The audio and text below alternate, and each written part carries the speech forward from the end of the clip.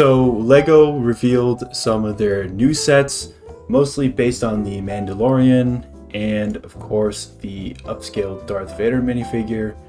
And I wanted to take a look at all these and give my initial thoughts. Starting with the Advent Calendar 2026. Personally, I'm not a big Mandalorian fan. I do like these smaller starship looking builds. I do enjoy that. The Imperial Shuttle looks like a Star Destroyer, maybe Moff Gideon's, I forget what it's called, Imperial Cruiser, the Razor Crest, the N1 Starfighter. We do have an IG droid. Again, I'm not a big Mandalorian fan. I'm not sure if this guy's a named character or not. That is a new mold for the head. Curious to see if we will get an IG-88 droid in the rumored Super Star Destroyer. That's a big clue. We get a New Republic pilot. That's nice to have. You get what seems to be a Christmas X-Wing, which is nice. Moff Gideon with seems to be a TIE Fighter themed Christmas sweater. Got Grogu in a Mandalorian Christmas sweater and the Mandalorian in a Grogu Christmas sweater. You get this elf inspired pit droid, I think this one is. Very nice. Of course, Moff Gideon's helmet over here with the Darksaber. And these little creatures going on here. The Dewback. I forgot what this gray one is. From the Mandalorian TV show, of course. Bantha. It's a Bantha. It's a mini Bantha build. My apologies. And then, I don't know what this is. I'm assuming it's from the Mandalorian. If it's not from the Mandalorian, I'd say it's the creature that Anakin fights in episode 2. But I doubt it's that. You get a Sandcrawler. You get a Gray Jawa, which is from the Mandalorian movie, which there are Gray Jawa. Red eyes. I just noticed that. Red eyes on Jawa. That's kind of crazy. Then a weapons rack. Another Grogu Pram. A mini scale of the Mandalorian speeder with Grogu. All nice builds. Some nice prints here too with the eyes for the two creatures here. I do enjoy the Christmas themed minifigures, but that IG droid looking pretty nice. Box art, nothing to write home about. It's just a Advent Calendar box. Next is the Hutt Palace Sentry Droid Showdown for $50. When I first saw the pictures for this, dude, it was rough. Rough, man. $50? Like, I could probably recreate this with my bulk bin. And, yeah. I do like that we get Embo, but for $50, this is a rough set, man. And I saw the source material. I'm not a fan of this. Not a fan of this. I do like that this wolf creature has its own mold. That's nice. But, gosh, man. And I bet you that 2x2 circular tile is a sticker, not a print. Guarantee you that. And you got Grogu with the medallion or whatever it is from the Mandalorian movie. The updated Mandalorian minifigure. Yeah, it's just not a pretty set, man. Instant pass from me. If this is your thing, if you like it, go ahead, buy it. $50. I'm saving my money on this. Next. Ooh, the Imperial Lambda class shuttle. I'm a big fan of this one. Massive fan of this set. $140 for how many pieces? 961 pieces. That's a steep price. I do really like this set. I'm a big fan of this. It looks awesome. I do like this Imperial Trooper. Does he have a name? Can we see?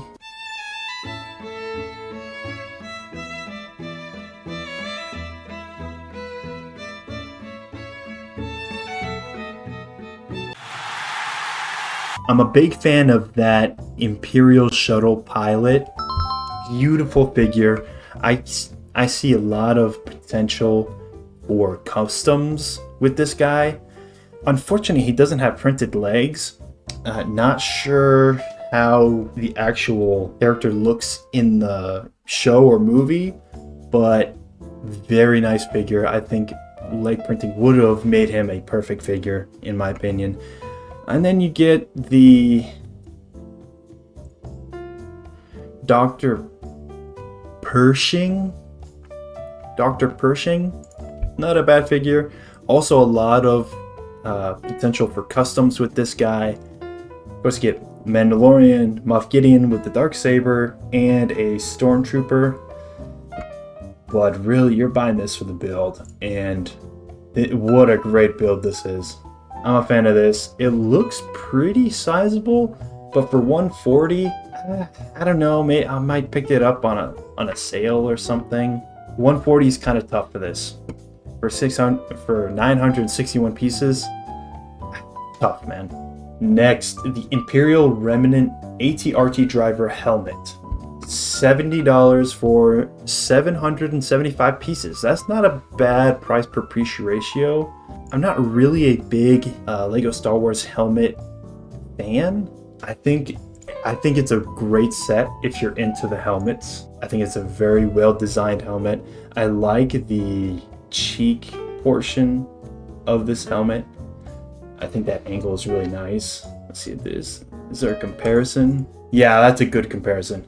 It's a very well designed model. I would recommend buying this helmet set if you're into the helmets. It looks tiny though. It looks tiny in this guy's hands. But personally, I will probably pass on this. And finally, the upscale Darth Vader minifigure. I'm a big fan of this set. I love it. You don't get a Darth Vader minifigure with this one, but personally, you don't really need one. Whoa. I love that it's a cloth piece that you get. If only we could get cloth pieces for our clone troopers. It's a great first Star Wars minifigure to upscale, and I do like the lightsaber. I think the addition of the lightsaber and the cloth cape piece makes up for the fact that you don't get an actual minifigure, in my opinion, of course. It looks like you get some nice posability. Anyways, $100 for 1,028 pieces.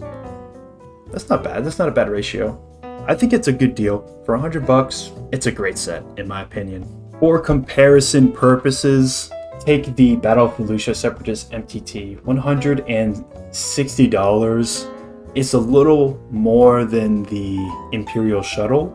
Look, if you're going to be spending close to, what was it, $150, this set is probably also on your radar. For $160, if you haven't already gotten this set and you're thinking about one or the other, personally, I might save the cash on this MTT, maybe get this set on sale somewhere else and get the shuttle, personally. But I am still a fan of this set. I still gotta get my hands on this. Or if you're thinking about getting the upscale Darth Vader minifigure, maybe you would consider getting the Darth Vader bust if you don't already have it. Number one, it's half the price, right?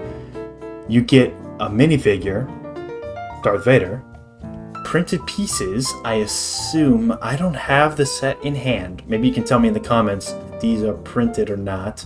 I know this is a nice display plaque, but honestly, that's it. Not a whole lot of, he doesn't have arms or legs to move around, but you can move the head.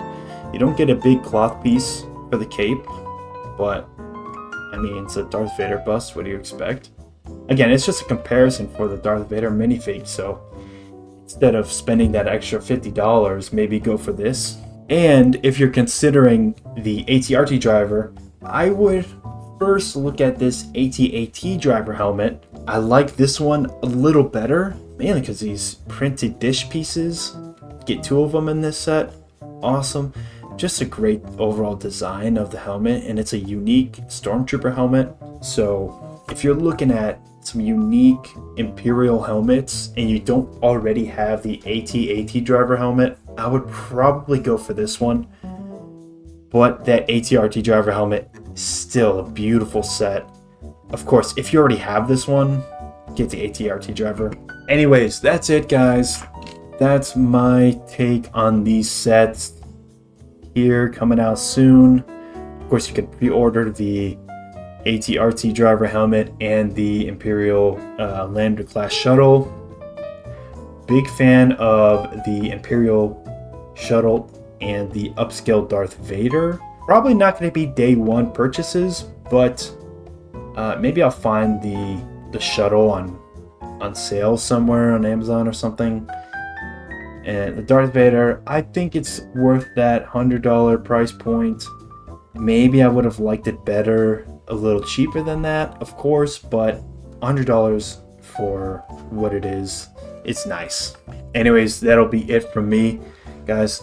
I'm ExoBrick360 on Instagram, YouTube, and TikTok. Go give me a follow on all those platforms. Make sure you subscribe. Comment down below which set are you getting day one. Maybe the Imperial shuttle. Probably the Imperial shuttle. Anyways, I'll see you later, guys.